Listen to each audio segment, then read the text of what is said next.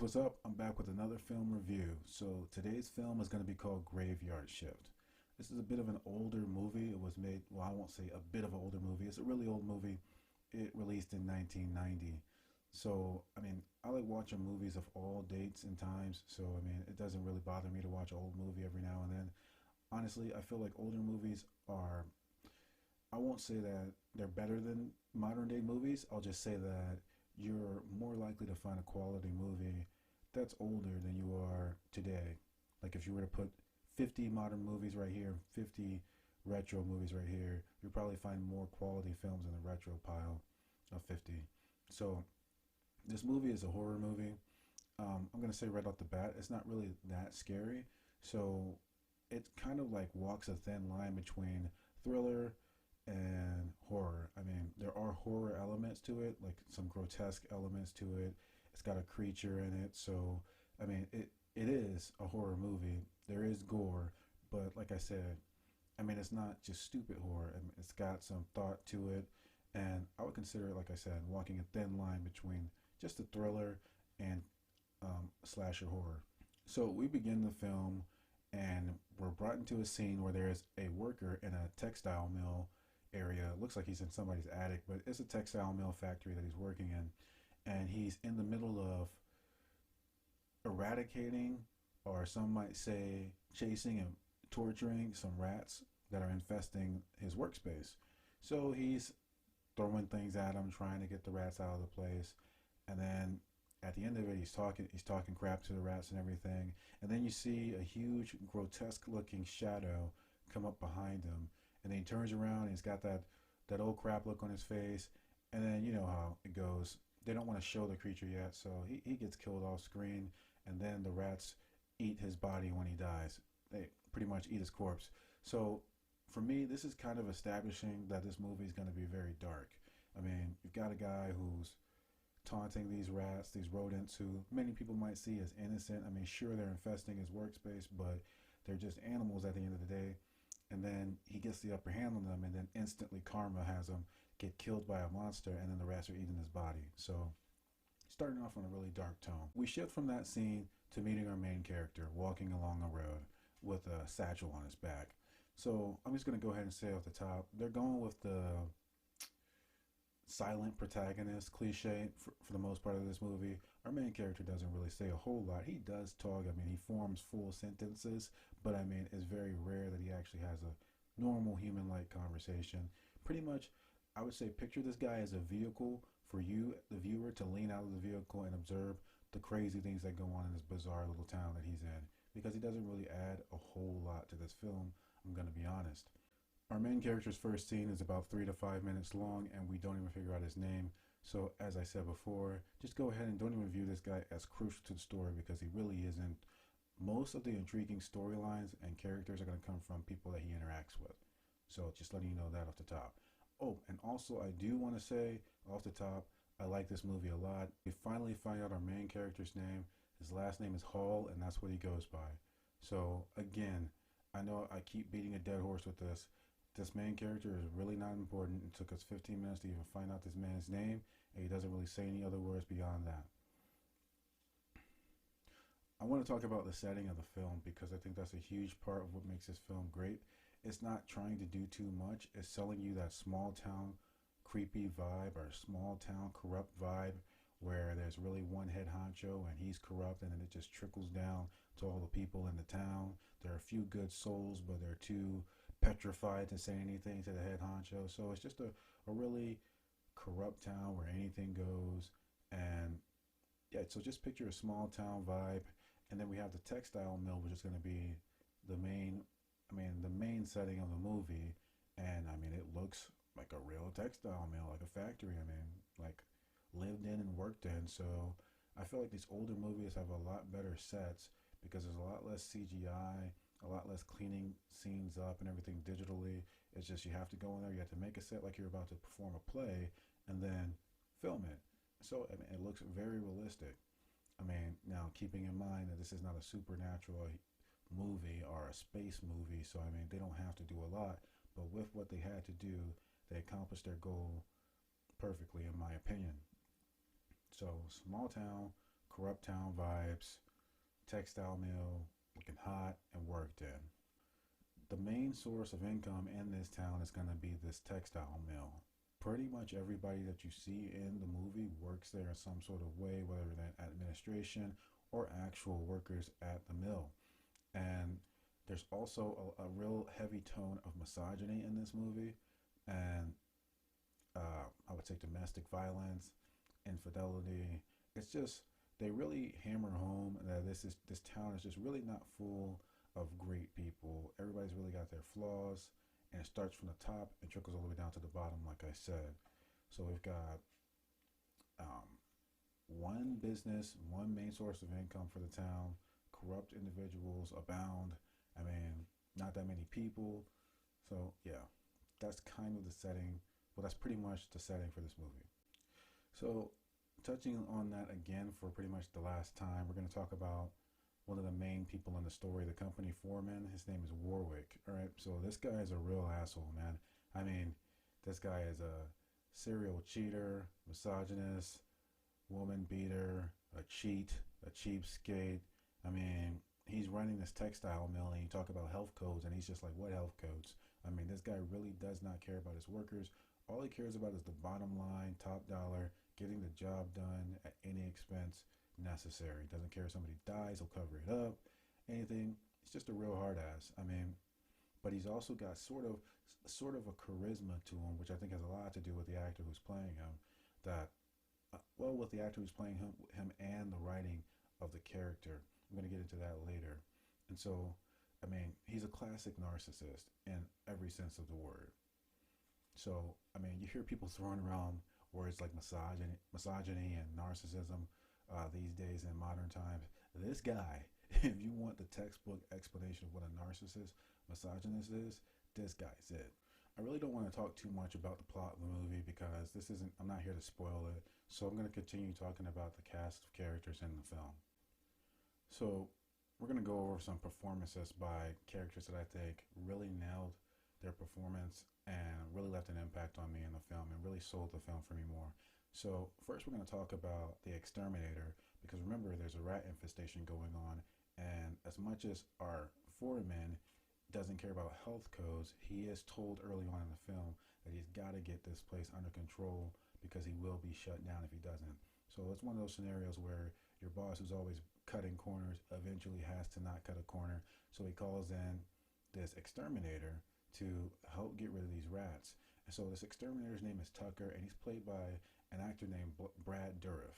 Now, this guy is I would say he's my favorite character in the film. He's not the best actor. He's not the best performance in the film. I'll say he's number 2. But I'm going to show you a clip of this guy, and just every scene he's in is kind of like this clip that I'm going to show. This guy dominates every scene that he's in. His screen presence is amazing. He just really sells his character as a whole. His character is not good. His character is not evil. His character is just caring about doing his job, getting the job done, and his character really loves his job and what he does. And this man sells it. He sells it 100%, man. I can't say enough good things about this guy's performance. It was really one of the best parts of the movie, and what keeps you engaged, and what otherwise might have been boring exposition moments in the film. This guy really made them not boring and worth the ride. So yeah, Brad Dourif playing Tucker the Exterminator is one of the top two performances in this film.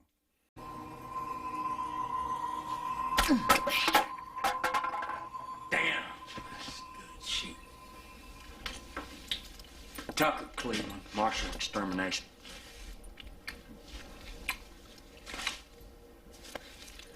John Hall. Looking like one of your buddies got a little too close to the blower. Shit, I'd love to know how many of them bean town execs are wearing one of your rat-lined overcoats. No, thanks. Give that up. Why? Shouldn't miss hers much. You work late hours. I got no choice. Yellow Pages, thick competitors. Why, I don't mind telling you. This place is infested. That might be the understatement of the year. Schmuck you work for don't want to hear that. Afraid of what it's going to cost the mill. Thinks a little tracking poison will do the trick. I've been dealing with these things for more than 20 years, and we ain't talking about no candy-ass field mice. These sons of bitches piss on tracking poison. They piss on it to warn their little fucker friends. All right, next we're going to talk about the guy who I think is number one in this movie as the stellar performance. And it's not by much because, as I said, Brad Dourif does an amazing job. It's razor thin, but we got a guy named Stephen Mocht. Stephen Mocht, I don't know if I'm pronouncing his name correctly or not, but he plays Warwick the foreman. I'm telling you, this man nails his role. You will hate this man. You will despise this man midway through this movie. It doesn't even take to get to the end. I mean, at the end, he actually has some redeeming qualities, which is, again, another testament to this man's performance and to the writing of this character. I believe that this movie is so intriguing because it's not really a stellar film. It's just really good at what it is. It's an above average film, and the people who are in it do exceptionally well at that. I mean, the writing and these characters and the performances from these characters just go hand in hand. None of the characters are badly written, and none of them are poorly acted. They're all written well so that you can relate to these characters in at least one way, and they're all acted extremely well to portray that writing. I mean, Stephen Mock and Warwick, the character of Warwick, I mean, again, like I said with Brad Dourif, I don't know why I said his name like that time, but he commands like the audience attention every time he's on the screen. Everybody, it just feels like the other actors and actresses are just watching him perform when he's on the screen. Not saying that they're not doing their job. It's just like, it's like you're watching a play. Again, man, I just, this film feels like an old-fashioned play on tape. I mean, and it's just like if you were watching a play and the spotlight would be on the main character. When this guy's on the screen, that's what it feels like because his acting is so good. His portrayal of the character is so good, and it's not overbearing. It's not too much. It's realistic. You could see somebody who has those character traits acting like that, saying the things that he does. I mean, all narcissists are not assholes all the time. So you'll see when he backs off, he tones it down, turns on the charm, backs off a little bit, not a complete asshole, and he cranks it back up. I mean, it's very believable how this man acts. So again, number one performance, I'm going to give to Stephen Mock. Number two, I'm going to give to Brad Dourif for their amazing performances in this film. I should be downstairs, humiliating the college boy by now. Bravo, Emerson! Bravo! Now we can get you that audition on Star Search. Come here, boy.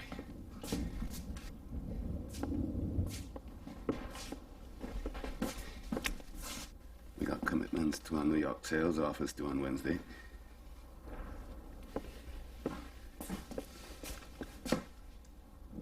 Are we on schedule? Yes, Mr. Warwick. Fetch me your work order, boy.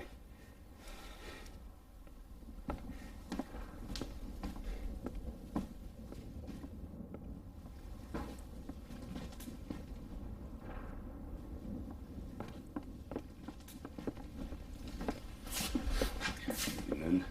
Evening. How are you tonight, darling? We're on time. In fact, we're slightly ahead. No, I'm asking about you, Jane. How are you? Managing. Thanks. Well, you look tired. Like you're losing too much of your beauty sleep or something. Well, the night shift will do that to her. And lastly, the last character I'm going to speak about is Kelly Wolf. She plays the character of Jane. She plays pretty much the love interest in this movie, but I like what she does with this character, and I also like what the writers do with this character as well. She plays a love interest, but she's much more than that. She's not just someone pretty to look at. She also has her own problems in life. She isn't just focused on being somebody's girl. She's got other things going on, and she really sells the idea of she's just a girl trying to make ends meet on her own in this small town. She's accepted her fate. She's accepted that it's corrupt. She's accepted that her boss is a sexual harasser. She's accepted all these things, and she just doesn't care, man. She's just trying to make ends meet until our main character comes along, and then she shows a little bit of interest in him, but she's still pushing on doing what she's got to do to take care of things. I just feel like Kelly Wolf sells this character very well. I mean, again, it's a simple role, but simple roles obviously oftentimes can be played, I mean, lacklusterly. I mean, like just, I mean, boring. I mean, people don't know how to make a simple role more than a simple role. You make it more than a simple role by making it believable and relatable, like you're watching a real person's candid life, not like you're watching just a boring character on the screen who has this simple life. So again, had it not been for the other two performances, I would have given the top performance to her because she really sells her character. Other than that, I mean, our main character unfortunately doesn't talk a lot. That's not his fault. I mean, so his performance is pretty much just basic. But those three top actors, I give the top performances to. So, I'll see you around. You're on the basement cleanup crew, no doubt. Not that I know of. Oh, you will be. If I know Warwick, and I know Warwick, you're a prime candidate. Bet your wife ain't too thrilled. Losing you through the night and all. We gotta do what we gotta do, right? My wife's dead. Oh, I'm sorry. Thank you for the ride. Mm-hmm. Take care. So, I'm going to give my overall opinion of this film. My overall opinion of this film is go watch it. I mean, it's got high entertainment value. It keeps you on the edge of your seat. Keeps you on the edge of your seat the entire film. It's very suspenseful. Like I said, it's nothing spectacular, but it's a very interesting movie. It's very well done. The characters are interesting, man. They play their roles well, and you won't get bored watching this movie. You just won't. I mean, it's over before you know it. It's not too long. The creature in it looks fantastic. They're using practical effects, not CGI. Not that there's anything wrong with CGI. I mean, I'm just a guy who prefers practical effects over CGI. I don't mind touching up practical effects with CGI. I feel like that's the best way to do it. 90% practical, 10% CGI to just make you blow people away. But I mean, 100% practical is great as well. I mean, I'll take that over 100% CGI. And the creature in this film looked really great with the practical effects. I mean, I can't say enough about how entertained, how shocked I was. I mean, I got this movie in a bargain bin deal at a gas station, and it just, I mean, it was highly entertaining. I didn't expect it to be. I didn't know what it was. Had never heard of it. I mean, obviously, I was very young. No, I wasn't even born when this movie came out. So, yep, I'm gonna give it an A plus for entertainment value. I mean, that's what movies are about, entertainment. At the end of the day, and also for stellar performances, I would highly recommend this movie. So that's my discussion, review, whatever you want to call it. I don't like really calling these reviews because, I mean, a review is simple, man. If I like the movie, I'm going to tell you I liked it. If I didn't like it, I'm going to tell you I didn't. I don't recommend it, or I do. I mean, I really like talking about movies because I enjoy them. So, yeah, give this movie a chance. Graveyard Shift, and I'll see you next time.